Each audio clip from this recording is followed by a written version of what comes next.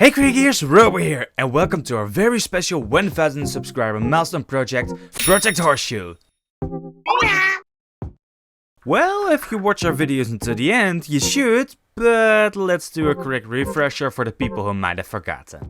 As a milestone for reaching 1000 subscribers on the channel, we wanted to do a very big project. So, in this 4-part series, we're going to be making a full working replica of Sheldon's drone from Hero Mode. So a full working custom drone, including a complete flying replica of the body of the drone, LED lights and headlights, the suitcase, and a drop-off function with the press of a switch on the controller. So in part 1 we're going to be making the weapon replica stored in the suitcase. In part 3 we're going to be starting on the frame and the functions of the drone. And in part 4 we're going to be finishing the body and the other details of the drone. And a little test flight. So, if you're as curious as we are about how this massive project is going to go, better subscribe and help the channel grow to its next way too big project for the next milestone. But we're going to have to start somewhere, so let's get started with part 1, the Hero Dualie Replicas. So, as with all the replicas, we start with a 1-to-1 pattern of the weapon. This pattern was made using a side view of the official model using modelsresource.com. and templatemaker.nl for all the truncated cone patterns on these parts.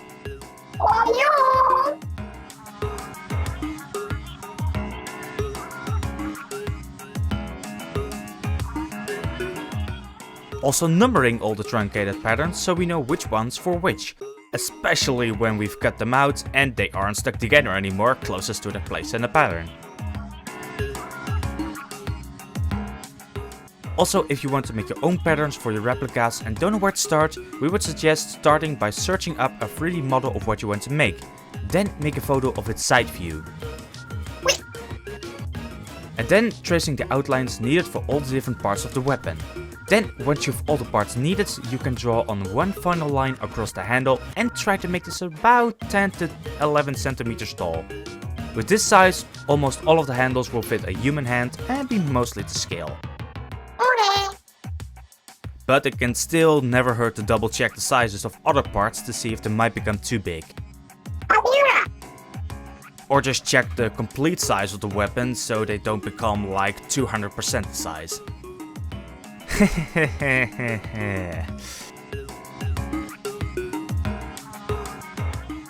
Then, after the pattern is finally cut out, we can start on the first of the truncated cones. Starting with the nozzle patterns. Although we quickly came to realize just how small and fragile these parts already are.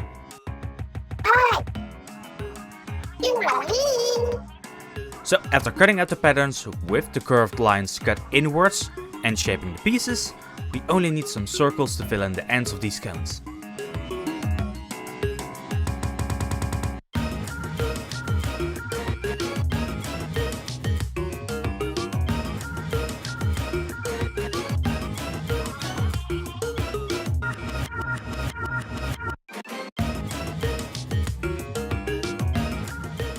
With these cut, we can glue the pieces together with some painter's tape as a brace and hot glue to fix them together.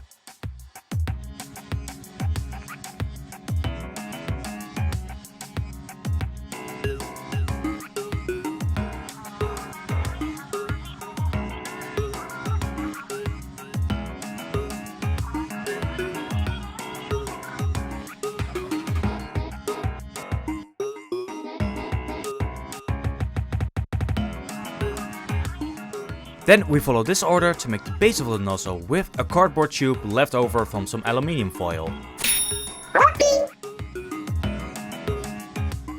These then get attached to the rest of the nozzle to wrap up that part. Next we have a few things to cut from wood, starting with these knobs.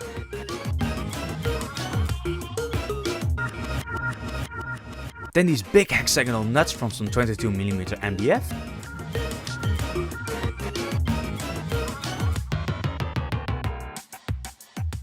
And off camera we also made 8 end caps to go on the insides of the 32mm PVC pipe.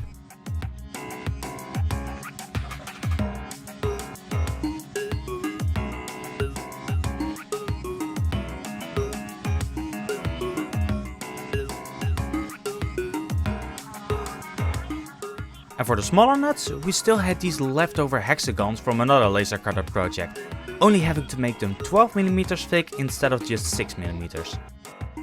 Finally, we can do some more foam board again with the cones for the end of the ink tank.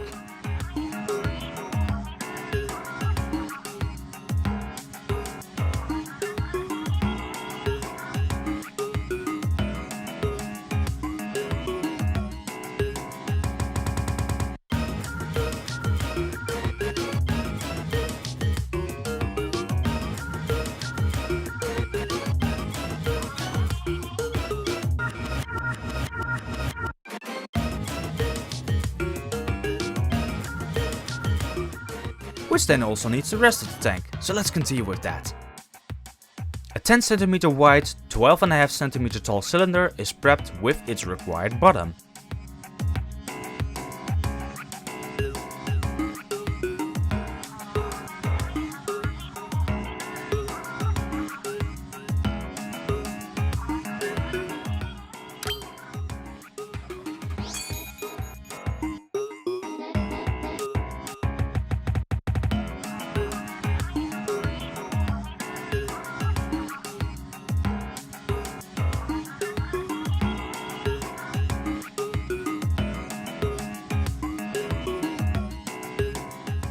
After some shaping, these are then glued together.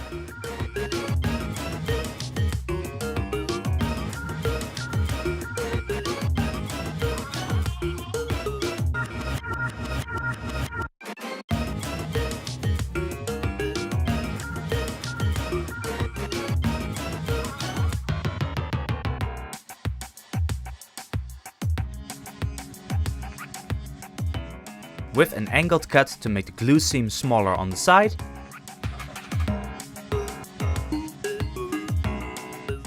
and a bigger angle on the bottom to make the cap flush.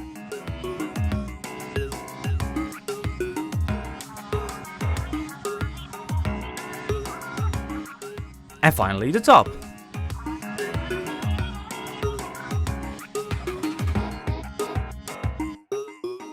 Next we can start on the body. For this step we first need to cut out this part from the main pattern. Then we need to trace both halves 4 times .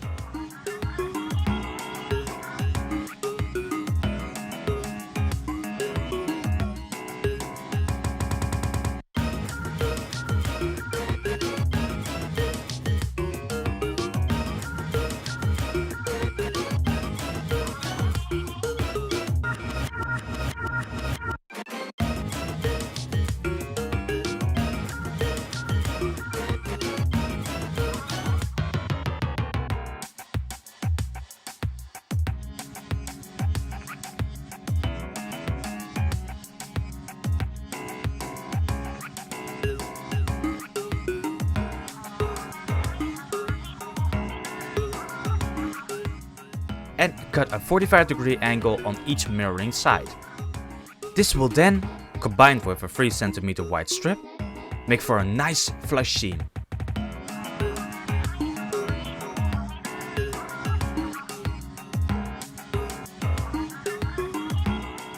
With this 3cm wide strip, all the side walls are made for both halves of the main body of the weapon, making sure each part is angled to make it even with the next.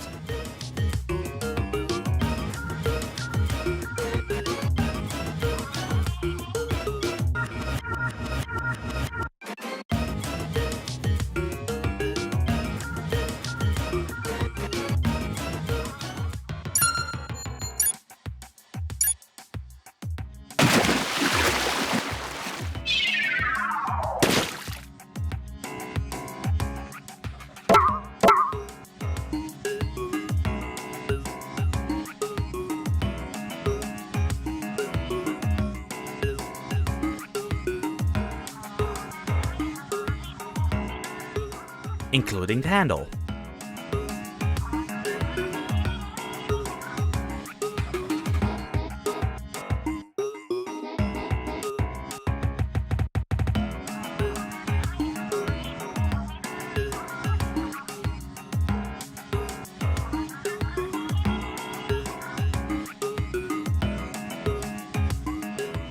Then, after sanding the edges of the handle, To make it a bit more ergonomic, join the two halves together.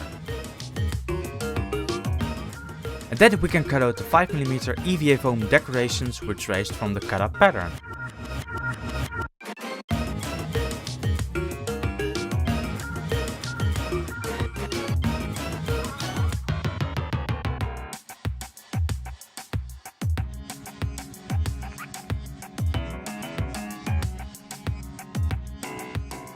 With these knobs added to the circles on the decorations, mirrored for each of the two weapons. Next, the nozzle is attached with more hot glue and a fitting place is cut into the handle for the 7cm long PVC pipe for the underside of the handle.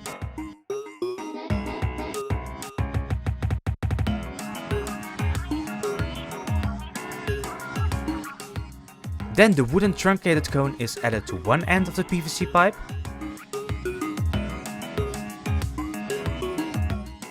With a little hex nut added to the front. And to the other end, a large hexagon is fixed to it and to the ink tank. After letting those parts dry, we still need to drill a hole in both hexagons. No, not the big one, just the little ones. Oh yeah, we also added a little hexagon to the cylinder, which we chamfered to one end, and this was then added to another shorter piece of PVC pipe.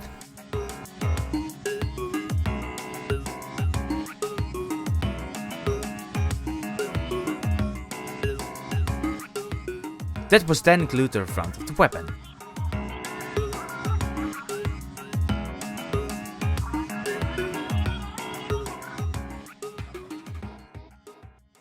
Next is painting, with first a base coat of black gesso all over the open wood grain and foam.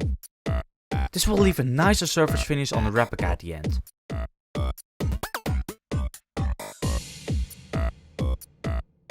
Although we did see that the glue on the foam board had come loose after heat-sealing the foam decorations.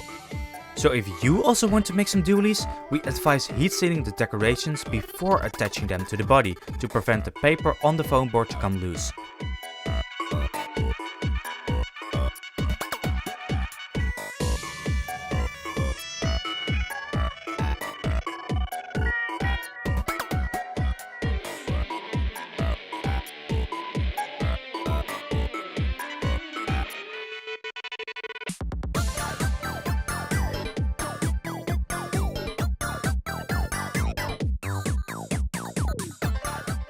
After the gesso has dried, we can apply a nice coat of black spray paint to even out the coating and to color all the black parts of the replica. Then we have to cover those nice black parts with painter's tape to keep them black. So for this first phase, we cover all of the black parts.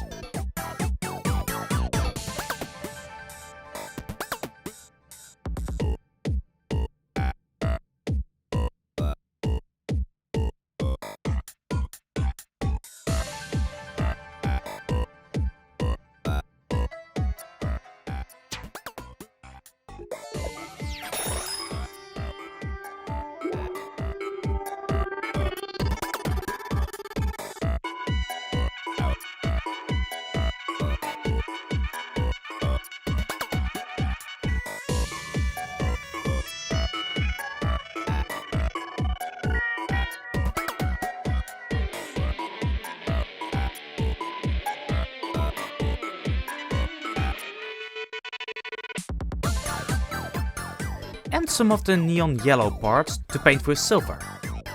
If you do this smartly, you will only need to cover the neon yellow parts around the silver ones, so not completely. Although some A4 spray is not the end of the world since we go over them with the white next. But not before we cover those nice silver parts first, when those had a chance to dry.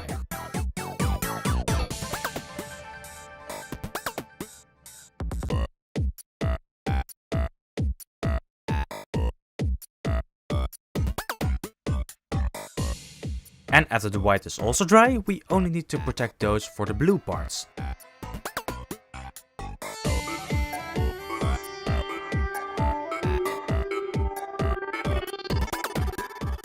Then we can get to the final layer with the same neon yellow we also used on our Hero roller replica. Finally, after all of those different layers of tape and paint, we can remove the tape to reveal the almost completed replica.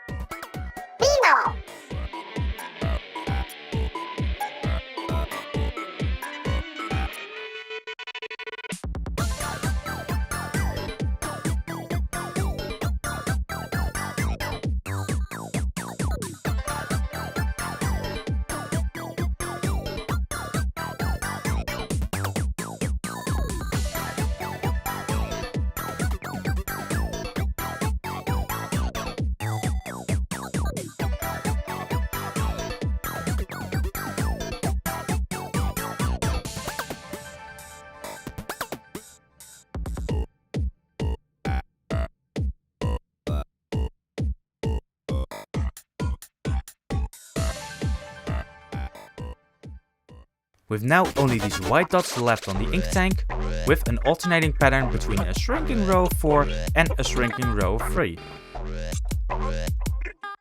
Doing our best to spread these out as evenly as possible over the tank.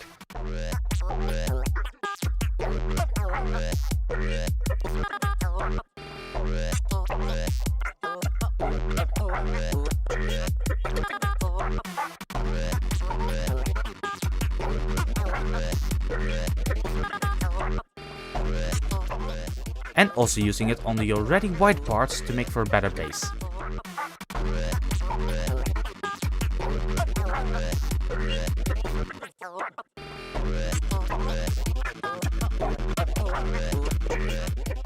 All done for this light blue that is finally painted onto all of the white parts.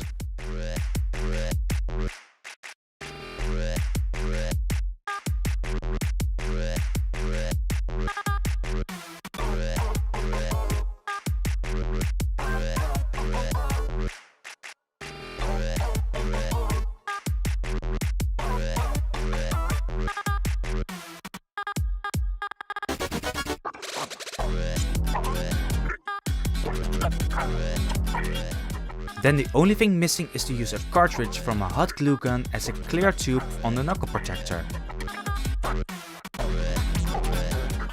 And with that, we can finally announce the first part of Project Horseshoe, the Hero Dualie Replicas, done.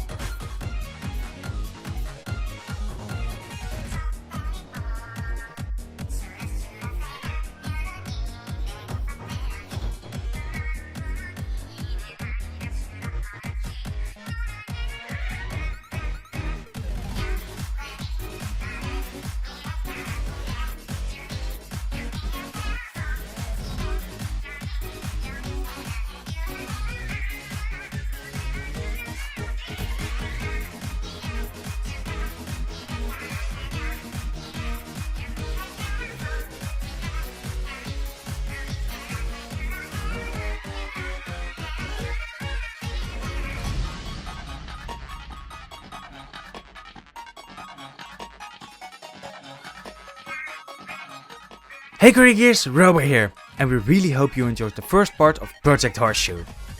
Next up is going to be the suitcase that will let the drone carry the Hero Dualies. So better subscribe to not miss it when it comes out. But if you had this drone come by, which of the hero weapons would you have made to be placed into the case? We would love to hear about it in the comments. And if you yourself are a very big fan of building drones or just know a lot about their construction in general, we'd actually love it if you would be able to help us. We are very interested in RC and drones, but we don't have a lot of experience yet, so all the help would be really appreciated. But that's going to be all from us for now. Keep those creative gears turning, and we will see you in part 2.